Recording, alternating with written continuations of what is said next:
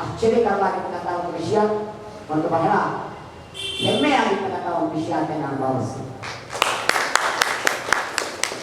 ಇವತ್ತು ತಾವೆಲ್ಲ ಈ ದೇವಾಲಯ ಜೀರ್ಣೋದ್ಧಾರ ಆಗಿ ಬಣ್ಣ ಲೇಪನ ಆಗಿರ್ತಕ್ಕಂಥದ್ದು ತಾವೆಲ್ಲ ನೋಡ್ತಾ ಇದ್ದೀರಾ. ಇವತ್ತು 2ನೇ ದಿವಸದ ಕಾರ್ಯಕ್ರಮ ನಡೀತಾ ಇದೆ.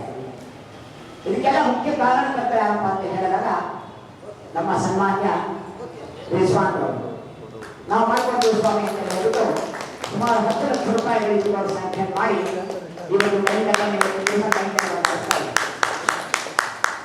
ಇದು ಅವರ ಒಂದು ವಿಶೇಷತೆಯನ್ನು ನಮಗೆ ಕಾಣಿಸ್ತಾ ಇದೆ. ಇಂಥ ವ್ಯಕ್ತಿಗಳು ಬಹಳ ಅಪರೂಪ, ನಾನು ಹೇಳ್ತಾ ಇರ್ತಕ್ಕಂಥ ಬಹಳ ಅಪರೂಪ. ಇಂಥವರ ಒಂದು ಕೈಂಕರ್ಯ ನಡೀತಾ ಇರೋದು ಶ್ರೀನಿವಾಸ ಹಾಗೂ ನಮ್ಮ ಗಣಪತಿ ಅವರಿಗೆ ಆಯುರಾರೋಗ್ಯ ಐಶ್ವರ್ಯ ಕಾಪಾಡಲಿ ಅಂತ ಮೊದಲನೇ ನಾನು ಪ್ರಾರ್ಥಿಸ್ತಾ ಇದ್ದೇನೆ. ಈಗ ನಮ್ಮ ಡಿ.ಕೆ. ಶಿವಕುಮಾರ್ ಅವರು ಮುಖ್ಯಮಂತ್ರಿಗಳಾದ ನಂತರ ಇವರಿಗೆ ಸಚಿವ ಸ್ಥಾನ ಕೊಡಬೇಕು ಅಂತ ಪ್ರಯತ್ನ ನಡೀತಾ ಇದೆ. ಶ್ರೀನಿವಾಸ ಹಾಗೂ ಗಣೇಶನ ಕೃಪೆಯಿಂದ ಅವರಿಗೆ ಸಚಿವ ಸ್ಥಾನ ಸಿಗಲಿ ಅಂತ ಹೇಳ್ಬಿಟ್ಟು ನಾನು ಭಗವಂತನಲ್ಲಿ ಅನನ್ಯ ನಾನು ಪ್ರಾರ್ಥಿಸ್ತಾ ಇದ್ದೀನಿ. ಯಾಕೆ ಅಂತ ಹೇಳ್ತಾ ಇದ್ದೀನಿ ಅಂದರೆ ನಮ್ಮ ಕೆ.ಆರ್. ಸರ್ಕಲ್ ಒಂದು ರಾಮಾಂಜನೇಯ ದೇವಸ್ಥಾನ ಇದೆ. ಅಲ್ಲಿಂದೂ ಸ್ವಲ್ಪ ಪ್ರಾಬ್ಲಮ್ಸ್ ಇತ್ತು. ಸನ್ಮಾನ್ಯ ರಿಜ್ವಾನ್ ಅವರು ದಯಮಾಡಿಸಲಿದೆ ನಿಮ್ಗೇನೇ ಪ್ರಾಬ್ಲಮ್ ಇದೆ ಬಿಟ್ಟರೆ ನಮ್ಮ ಮನೆಗೆ ಬನ್ನಿ ನಾನೆಲ್ಲ ಮಾಡ್ಕೊಡ್ತೀನಿ ಅಂತ ಹೇಳಿ ಬಹಳ ದೊಡ್ಡ ಮನಸ್ಸಿನಿಂದ ಇವಾಗ ನಮ್ಮ ಡಿಪಾರ್ಟ್ಮೆಂಟ್ನ ಒಂದು ಹೆಡ್ ಆಫೀಸ್ ಅಂತ ಬಿಲ್ಡಿಂಗ್ ನಡೀತಾ ಇದೆ, ಕೆಲಸ ನಡೀತಾ ಇದೆ.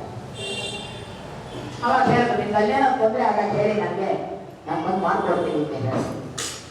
ಅಂದರೆ ಒಂದು ಬ್ರಾಹ್ಮಣರ ಮೇಲೇನೋ ಒಂದು ಅಭಿಮಾನ, ಜನಗಳ ಮೇಲೇನೋ ಒಂದು ಅಭಿಮಾನ, ವಿದ್ಯಾರ್ಥಿಗಳೆಲ್ಲ ಇಟ್ಕೊಂಡು ಅವರು ಈ ಸಂಸ್ಥೆ ಈ ಒಂದು ಹುದ್ದೆಯಲ್ಲಿರ್ತಕ್ಕಂಥದ್ದು ಒಂಥರ ಬಹಳ ವಿಶೇಷವಾಗಿರ್ತಕ್ಕಂಥ ಒಂದು ವಿಷಯ ಅಂತ ನಾನು ಭಾವಿಸ್ತೀನಿ. ಎರಡನೇದಾಗಿ ಈ ಒಂದು ದೇವಾಲಯದ ಪ್ರತಿಷ್ಠಾಪನೆ ಆಗಿ 50 ವರ್ಷಗಳಾಗ್ತಾ ಇದೆ. ಮುಂದಿನ ವರ್ಷ 50ನೇ ವರ್ಷಕ್ಕೆ ಕಾಲಿಡ್ತಾ ಇದ್ದೀವಿ. ಆ ಸಂದರ್ಭದಲ್ಲಿ ಸಹ ತಮ್ಮ ಒಂದು ಮುಖಂಡತ್ವದಲ್ಲಿ ಈ ದೇವಾಲಯದ ಒಂದು ವಾರ್ಷಿಕೋತ್ಸವ ಸಂಪಂಗಿ ಟ್ಯಾಂಕ್ನಲ್ಲೇ ಇರ್ತಕ್ಕಂಥ ಈ ಸಂಪಂಗಿ ರಾಮನಗರದಲ್ಲಿ ಹೆಸರುವಾಸಿಯಾಗಿ ವಿಜೃಂಭಣೆಯಿಂದ ನೋಡೋದಕ್ಕೆ ತಾವು ಕಾರಣಕರ್ತರಾದ